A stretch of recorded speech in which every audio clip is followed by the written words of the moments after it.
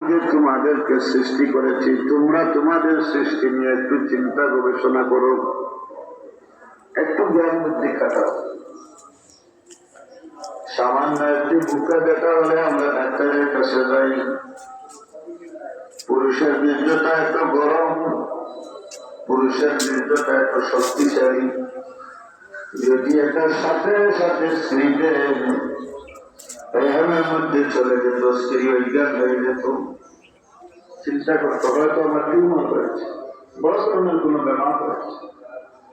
40 দিন শরীরের মধ্যে একটা আপডাউন করে, এটা রিপেয়ারিং করার পরে, পরিপূর্ণ রিপেয়ারিং এর পরে, রিপেয়ারিং করার পরে আল্লাহ রাব্বুল আলামিন বাচ্চা দাবিত ওই বীর্যটা প্রবেশ করার রক্ত আকারে, তখন মারা বুঝতেই পারে, তখন মারা বুঝতেই পারে।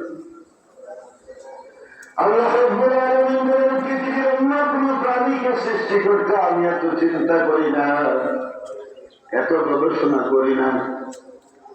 একজন মানুষকে মানুষ হিসাবে জমিনে পাঠাবে, এজন্য মানুষ নিয়ে আমি আল্লাহ রাব্বুল আলামিন চিন্তা করি, আমার ওই গোলামটাকে আমি কিভাবে তৈরি করবো, আমার ওই গোলামের শরীরের কোন জায়গায় চোখ ফোটা দিলে তাকে সুন্দর লাগবে, কোন জায়গায় কান দিলে তাকে সুন্দর লাগবে, কোন জায়গায় হাত দিলে সে তার হাত সহজে ব্যবহার করতে পারবে, শরীরের কোন জায়গায় পা দিলে সে সহজে চলাচল করতে পারে।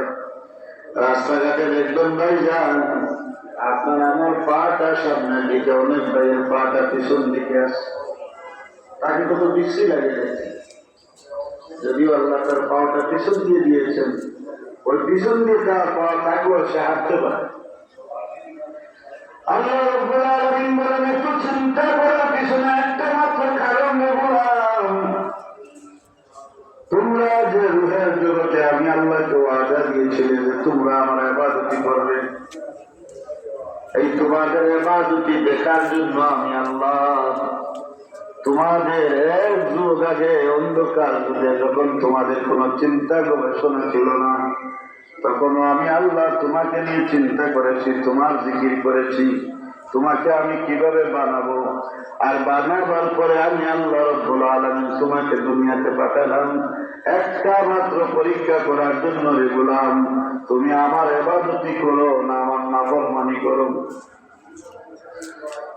যদি রে গোলাম তুমি আমার ইবাদতি করতে পারো, তোমার কোনো চিন্তা নাই, আমি আল্লাহ ঘোষণা দিলাম, ইন্নাল্লাযীনা আমানু ওয়া আমিলুস সালিহাতি, যারা দুনিয়াতে যাইয়া নেক আমল করবে, আমি আল্লাহ তাদের জন্য জান্নাতুল ফিরদাউসের ঘোষণা দিলাম, সুসংবাদ দিলাম।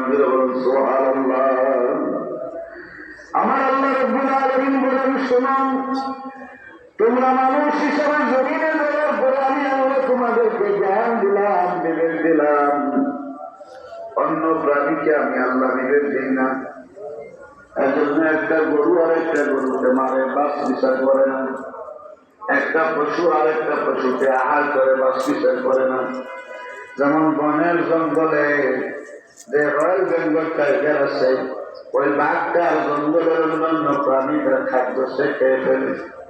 আল্লাহ রাব্বুল আলামিন বলেন, পৃথিবীর কোনো প্রাণীর সাথে মানুষের তুলনা হতে পারে না। আমি আল্লাহ রাব্বুল আলামিন আমার কুদরত বোঝার জন্য, আমি আল্লাহ রাব্বুল আলামিন আমাকে চেনার জন্য যত জ্ঞানের প্রয়োজন, আমি সবটুকু জ্ঞান মানুষের মগজের মধ্যে দান করেছি। সুবহানাল্লাহ। আমাকে চেনার জন্য, আমাকে বুঝার জন্য যে জ্ঞানের প্রয়োজন আমি আল্লাহ জন্মগত ভাবে একজন মানুষকে দান করে সে ভালো মন্দ বুঝতে পারে। এরপরে আল্লাহ বলেন, যদি মাঝে মধ্যে তোমরা বলে যাও আমি আল্লাহকে, একটাবার স্মরণ করো যেদিন তোমার কোনো অস্তিত্ব ছিল না, তোমাকে অস্তিত্ব দিলাম। তুমি সৃষ্টি, তুমি জমিনে যাওয়ার কোনো চিন্তা ছিল না, আমি আল্লাহ চিন্তা করে তোমাকে জমিনে পাঠালাম। আর যেদিন তোমাকে জমিনে দিলাম রে গোলাম, ওই দিন আমি আল্লাহ তোমার মৃত্যুর একটা পরোয়ানা তোমার গলায় লটকাইয়া দিলাম। আল্লাযী খালাকাল মাউতা ওয়াল হায়াতা লিয়াবলুয়াকুম আহসানু আমালা। কি আমল করো এটা দেখার জন্য আমি আল্লাহ এত চিন্তা গবেষণা করলাম।